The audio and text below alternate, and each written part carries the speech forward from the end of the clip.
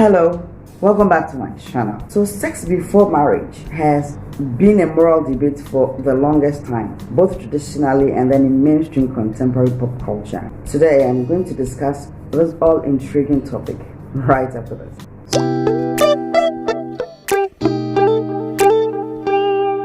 So if this is your first time of coming to this channel, this is our host Musings. Please do me a favor and subscribe, press the bell notification icon, press the like button, share, and then if after watching this it speaks to you, drop a comment and let's get interactive.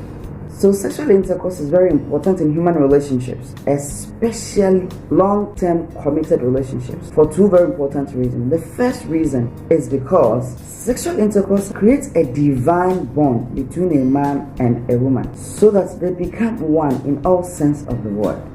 They become one in mind, one in body, one in spirit, and one in soul. And this is so crucial because whether you are friends, casual acquaintances, or in any form of relationship, once you have sexual intercourse, you become one flesh. In fact, scientifically, the act of sexual intercourse by both participants releases attachment hormones called oxytocin. What these hormones actually do is that they create attachment to each other, such that both parties, or at least one of them, wants to be with this other person a bit more longer. They want to go the long haul with that person because of that feeling of attachment that the sexual intimacy creates between them. Sexual intimacy binds people together on so many levels. The second reason why sexual intercourse is important in human relationships is because it helps us to procreate.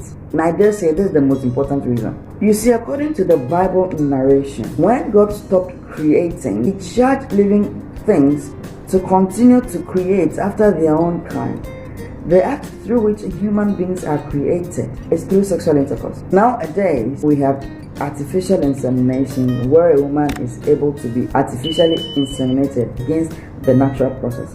But all things being equal, the only way through which a woman can get pregnant naturally is through sexual intercourse. So God allowed human beings to behave like Himself, be God a little bit, to create something from scratch. So naturally, anytime anyone has sex, you are actually acting like God, because you're in the act and process of creating something with original natural properties. That is a divine beauty, and God expects mankind to approach it with sacredness and care. Now, because of these two very important reasons, binding and procreation, sexual intercourse is supposed to be done in the confines of something like marriage, which is a committed union between a man and a woman, where society, families, spirits, and the law permits and accepts that they be bound together, so that in that bond they can procreate legitimate offsprings after their own kind. And these two people, the man and the woman who are committed in that union, are solely required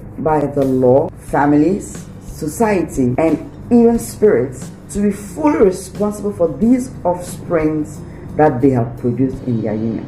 So sexual intercourse is supposed to facilitate the peaceful and legitimate continuity of society, such that it binds two people together who have filial and erotic attraction towards each other. Now, if you have sex outside marriage, i.e. casual sex or premeditated sex because you're in a relationship with another person, this is what happens. So this is the woman, this is the man.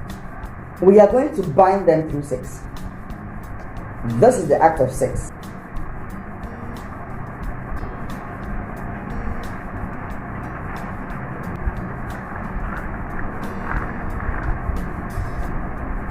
Yes. And they are bound together.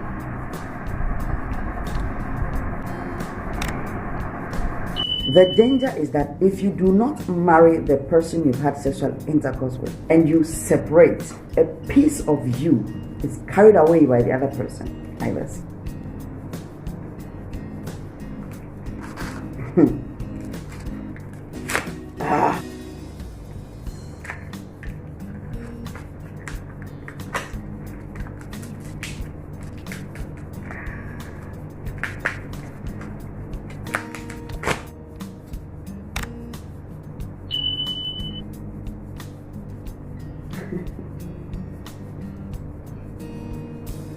If you do not marry and you go your separate ways, you carry a piece or bits of each other along, because after all, you have become one.